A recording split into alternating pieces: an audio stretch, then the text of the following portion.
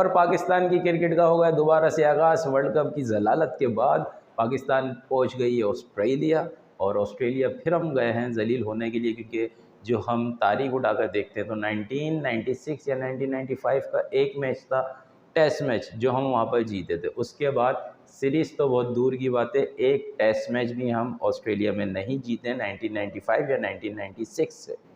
सबसे पहले तो होने जा रहा है पाकिस्तान का प्रैक्टिस मैच, और पाकिस्तान खेलेगा ऑस्ट्रेलिया की प्राइम मिनिस्टर 11 के साथ। और उसके बाद जो है ऑस्ट्रेलियन प्राइम मिनिस्टर ने पाकिस्तानी कैप्टन को, शान मसूद को इनवाइट भी किया है आशाइये के ऊपर। शान मसूद जो कि पाकिस्तानी टीम में बड़े जेंटलमैन खिलाड़ी के नाम से जाने जाते हैं, बड़े सोबर से हैं, बहुत प्यारे से हैं, कोईत में पैदा हुए थे और कराची से उनका ताल्लुक़ है। खैर बहुत डिसेंट लड़का है, बहुत सोबर लड़का है, बहुत प्यारा लड़का है, वाकई में जेंटलमैन लुक है उसका, शान मसूद का। और उसको ऑस्ट्रेलियन प्राइम मिनिस्टर जिनका नाम है टोनी, उन्होंने बुला लिया। यार पाकिस्तानियों, देखो उनके ऑस्ट्रेलियन प्राइम मिनिस्टर का नाम है टोनी, और तुम यहाँ पर कुत्तों को टोनी टोनी करते रहते हो, बहुत शर्म की बात है, कीड़े पड़ेंगे कीड़े।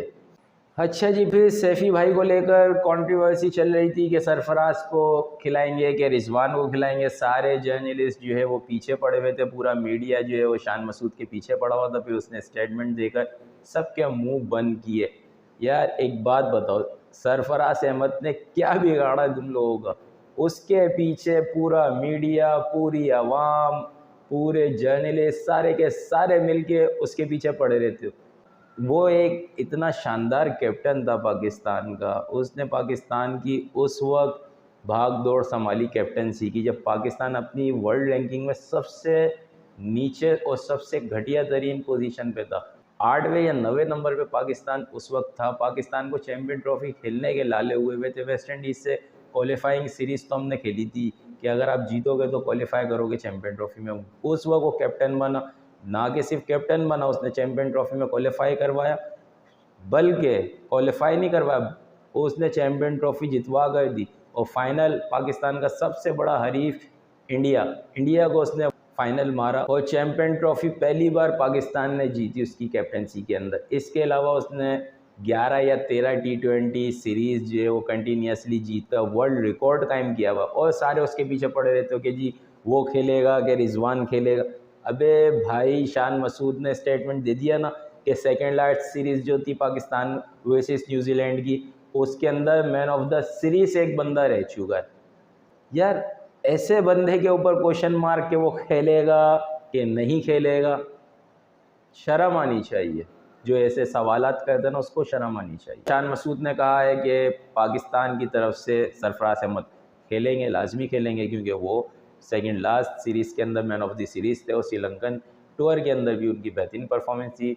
अनफॉर्चुनेटली तौर पे वो थोड़े से अनफिट हो गए थे, जिसकी वजह से वो खेल नहीं पाए। जहाँ तक बात है रिजवान भाई की, तो रिजवान भाई के बारे में शान मसूद ने कहा है कि मोहम्मद रिजवान जो है वो as a better Pakistani team में खेल सकते हैं। कंडीशन हम देखेंगे, अगर कंडीशन हमें सूट करती हैं कि हम मोहम्मद रिजवान को खिलाएं, तो मोहम्मद रिजवान को हम एज अ बेटर खिला सकते हैं। मगर सरफराज अहमद कन्फर्म ऑस्ट्रेलिया के अगेंस्ट मैच खेलेगा।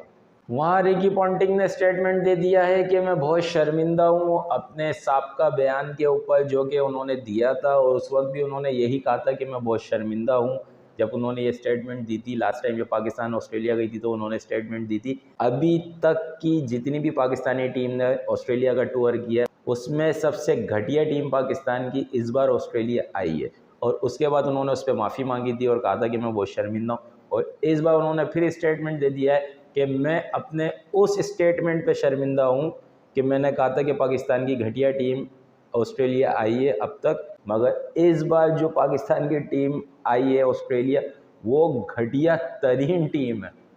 ये गोरे बहुत हल्के में ले रहे हैं हम पाकिस्तानियों को, इनको ये नहीं पता जब भी हमें हल्के में लिया जाता है उसी वक्त हम आ गए ना दुनिया के नक्शे पे बहुत भारी पड़ जाते। ले लो पॉन्टिंग साहब, हल्के में ले लो, आप ले सकते हो, मगर इतनी भी हल्की टीम नहीं है हमारी। अगर बैटिंग ऑर्डर देखा जाए तो इमामुल हक, दीवार चीन, वहाँ से अब्दुल्ला शफीक न्यू टैलेंट, फिर उसके बाद शान मसूद हमारे न्यू कैप्टन जेंटलमैन, उसके बाद बाबर आजम जो कि बिल्कुल आउट ऑफ फॉर्म है, मगर अब कैप्टनसी का बोझ उतरने के बाद उम्मीद है कि उनके बैट से फिर सेंचुरीज उगलने लगेंगी। उसके बाद आएंगे सरफराज अहमद, या एक बैटर खिलाएंगे, या रिजवान आ सकता है, या कोई भी एक बैटर खिलाएंगे।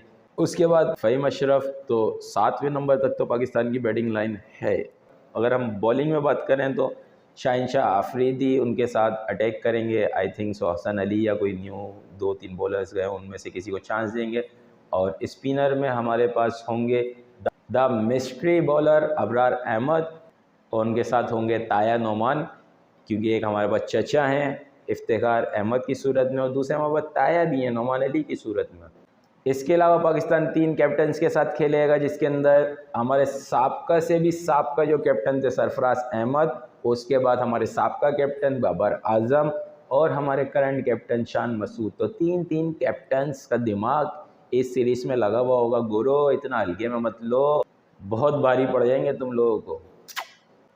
बहुत मज़े की सीरीज़ होने वाली है, और इस सीरीज़ का डायरेक्ट इम्पैक्ट पड़ेगा WTC पे, वर्ल्ड टेस्ट चैम्पियनशिप के पॉइंट्स के ऊपर, परसेंटेज के ऊपर। जिसकी हाईएस्ट परसेंटेज होती है टॉप 2 टीम्स की, वो फाइनल खेलती हैं WTC का, जो कि होगा 2025 के अंदर। तो पाकिस्तान इस वक्त उस पॉइंट टेबल पे सब पे टॉप पर है, तो ये सीरीज़ पाकिस्तान के लिए बहुत इंपॉर्टेंट है। तो पूरी कौम की सबकी बेस्ट विशेस अपनी टीम के साथ। वर्ल्ड कप के बाद पहला टूर है हमारा, पहली सीरीज़ है, तो इंशाल्लाह प्लीज़ यार थोड़ा सा वो जो ज़ख़म दिए हैं ना वर्ल्ड कप के, उस पर थोड़ा सा मरहम रख देना। इंडिया की टीम ने तो ऑस्ट्रेलिया की टीम को T20 सीरीज़ हराकर उनके ज़ख़म पे थोड़ा सा मरहम रख दिया। वो अलग बात है कि सब हिंदुस्तानी कह रहे हैं ये मरहम अपने लगा लो, क्योंकि वर्ल्ड कप हारने का दुख जो है वो बड़ा होता है। एक छोटी सी सीरीज़ जीतने की खुशी बहुत छोटी सी होती है। वर्ल्ड कप के आगे वो छोटी सी खुशी अभी समझ में नहीं आती, थोड़े टाइम के बाद आती है। टाइम लगता है, आहिस्ता आहिस्ता सारे घाव भर जाते हैं। तो इंडियंस के भी घाव भर जाएंगे। हम तो खैर हो गए ढीठ वगैरह, हमें तो आदत है इन सब चीज़ों की। अगर ऑस्ट्रेलिया में जलालत हो भी जाए तो सानू की फ़र्क पैंदा है, हमें तो आदत हो चुकी है। अभी भी तो इंडिया से हम जलालत के टोकरे उठा कर आएँ। अपना बहुत सारा ख्याल रखिएगा, दुआओं में याद रखिएगा। मिलते हैं आपसे नेक्स्ट वीडियो में। Till then take care, bye bye, अल्लाह हाफिज़।